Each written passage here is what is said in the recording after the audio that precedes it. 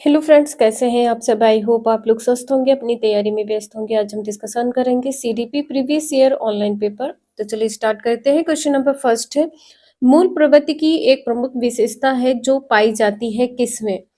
केवल चूहे और बिल्लियों में, केवल मनुष्यों में, सभी प्राणियों में तथा जन्मजात व प्राकृतिक होती है या केवल कलाकारों में? इसका आंसर यहाँ पर क्या होगा? जो मूल प्रवृत्ति होती है सभी प्राणियों में तथा जन्मजात व प्राकृतिक होती है। इसका सी आंसर यहाँ पर सही होगा। ध्यान रखिएगा, मूल प्रवृत्ति के जन्मदाता कौन है? मैकडूगल है। ठीक है, मैकडूगल है। नेक्स्ट है, भारतीय संविधान में 6 से 14 वर्ष के बच्चों के लिए निःशुल्क व अनिवार्य शिक्षा का अधिकार इन निम्न में से शामिल है किसमें? अनुच्छेद 15 में, अनुच्छेद 26 में या अनुच्छेद 45 या अनुच्छेद 21A। तो इसका आंसर यहाँ पर क्या सही होगा? 6 से 14 वर्ष के बच्चों के लिए जो निःशुल्क व अनिवार्य शिक्षा का अधिकार है, अनुच्छेद 21A में है। ठीक है, अनुच्छेद कौन सा है? 21A है। इसका आंसर यहाँ पर डी सही होगा। अनुच्छेद 15 की बात करते हैं तो इसमें राज्य के किसी भी नागरिक के साथ जाति, धर्म, लिंग या जन्म स्थान या वंश के आधार पर कोई भी भेदभाव नहीं होगा। अनुच्छेद 26 की बात करते हैं तो अनुच्छेद 26 में सभी धार्मिक कार्यों की स्वतंत्रता है। ठीक है, सभी धार्मिक कार्यों की स्वतंत्रता है। सभी धार्मिक कार्यों की स्वतंत्रता है। अनुच्छेद 45 में कहा गया है कि जो 6 वर्ष से कम आयु के बालक होते हैं, 6 से कम के बालक, इनकी देखभाल तथा शिक्षा की व्यवस्था, देखभाल तथा शिक्षा की व्यवस्था ध्यान रखिएगा। नेक्स्ट है, क्रेस्मर ने व्यक्ति को निम्न में से किस प्रमुख प्रकारों में वर्गीकृत किया है?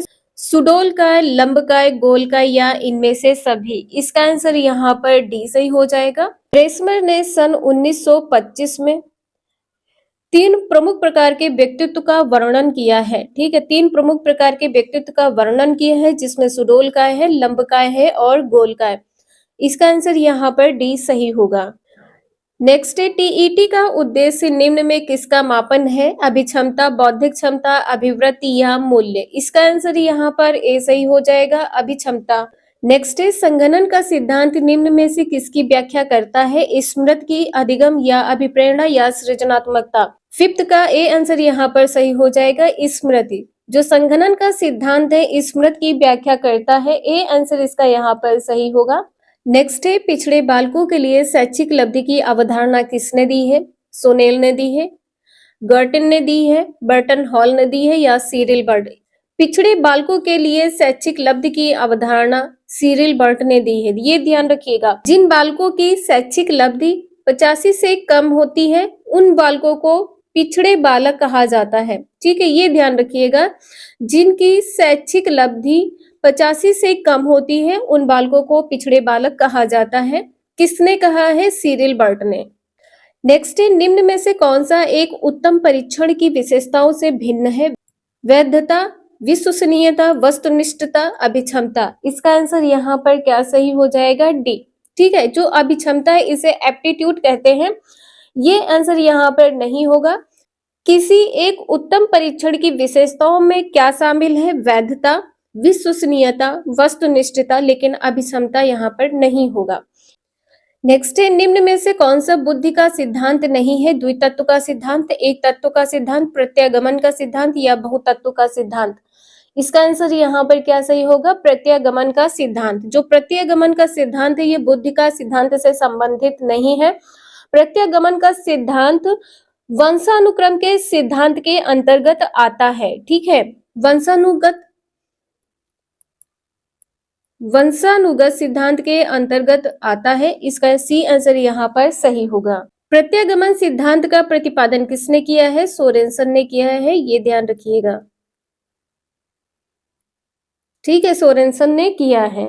नेक्स्ट है, निम्नलिखित में से कौन अंतःस्रावी ग्रंथि नहीं है? पीयूष ग्रंथि, एड्रिनल ग्रंथि है, लार ग्रंथि है या थायराइड ग्रंथि है? 9th का आंसर यहाँ पर क्या सही होगा? लार ग्रंथि। ठीक है, इसमें आंसर क्या सही होगा? सी सही हो जाएगा, लार ग्रंथि। लार ग्रंथि को बहिस्रावी ग्रंथि कहते हैं, बहिस्रावी ग्रंथि कहते हैं। नेक्स्ट है पियाजे के अनुसार संज्ञानात्मक विकास की द्वितीय अवस्था है। जो संज्ञानात्मक विकास की द्वितीय अवस्था है, इसका आंसर यहाँ पर क्या सही होगा? औपचारिक संक्रिय अवस्था है, संवेदनात्मक गामक अवस्था है, पूर्व संक्रियात्मक अवस्था है, मूर्त संक्रियात्मक अवस्था है। इसका आंसर यहाँ पर सी सही हो जाएगा, पूर्व संक्रियात्मक अवस्था। ठीक है, जो द्वितीय अवस्था होती है वो पूर्व संक्रियात्मक अवस्था है।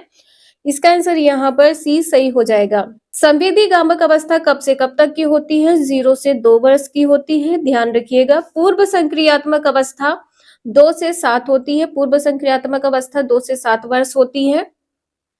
थर्ड पॉइंट पर होगी आपकी मूर्त संक्रियात्मक अवस्था। मूर्त संक्रियात्मक अवस्था आपकी 7 से 11 वर्ष होती है। ठीक है, इसके बाद में औपचारिक अवस्था 11 से 15 वर्ष होती है। 11 से 15 वर्ष होती है, ये सीक्वेंस ध्यान रखिएगा। फर्स्ट क्या है? संवेदनात्मक अवस्था है। द्वितीय अवस्था कौन सी है? पूर्व संक्रियात्मक अवस्था है। तृतीय अवस्था मूर्त संक्रियात्मक अवस्था है। फोर्थ अवस्था औपचारिक अवस्था है। नेक्स्ट है, निम्न में से कौन सा शिक्षा मनोविज्ञान की सर्वाधिक व्यक्तिनिष्ठ विधि है? बहिदर्शन, अंतर्दर्शन, निरीक्षण, प्रयोगीकरण।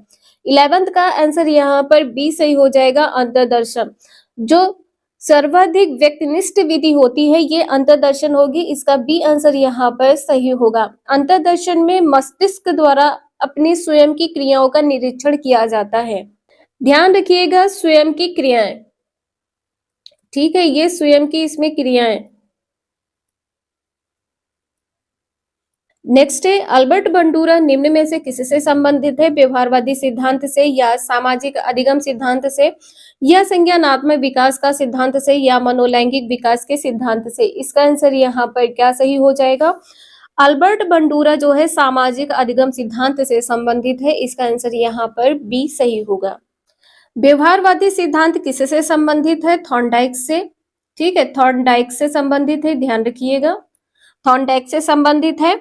जीन पियाजे से कौन सा विकास संबंधित है? संज्ञानात्मक। ठीक है, जीन पियाजे से संबंधित है, ये ध्यान रखिएगा, जीन पियाजे से संबंधित है। मनोलैंगिक विकास का सिद्धांत ये फ्रायड से संबंधित है। ठीक है, ये फ्रायड से संबंधित है। अल्बर्ट बंडूरा का सिद्धांत सामाजिक अधिगम सिद्धांत है, बी आंसर इसका यहाँ पर सही है। नेक्स्ट है, अधिगम में पठार निम्न में से किस कारण बनता है? प्रेरणा द्वारा, परिपक्वता द्वारा, थकान द्वारा, या रुचि के द्वारा। इसका आंसर यहाँ पर सी सही होगा। अधिगम में जो पठार बनता है वो थकान के कारण बनता है, सी आंसर इसका यहाँ पर सही है।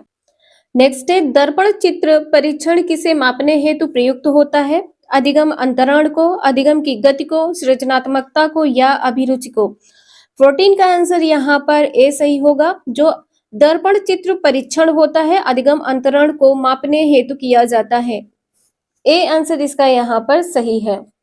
नेक्स्ट है, क्लाउड पिक्चर परीक्षण निम्न में से किसके मापन में प्रयुक्त होता है? व्यक्तित्व, बुद्धि, अभिक्षमता, या अभिरुचि। इसका आंसर यहाँ पर ए सही हो जाएगा, व्यक्तित्व। जो क्लाउड पिक्चर परीक्षण होता है ये व्यक्तित्व मापने हेतु किया जाता है। ये सभी क्वेश्चन आपके ऑनलाइन पेपर में पूछे गए हैं। वीडियो यूजफुल लगे लाइक करें, चैनल को सब्सक्राइब करें एंड शेयर करें। Thank you for watching this video.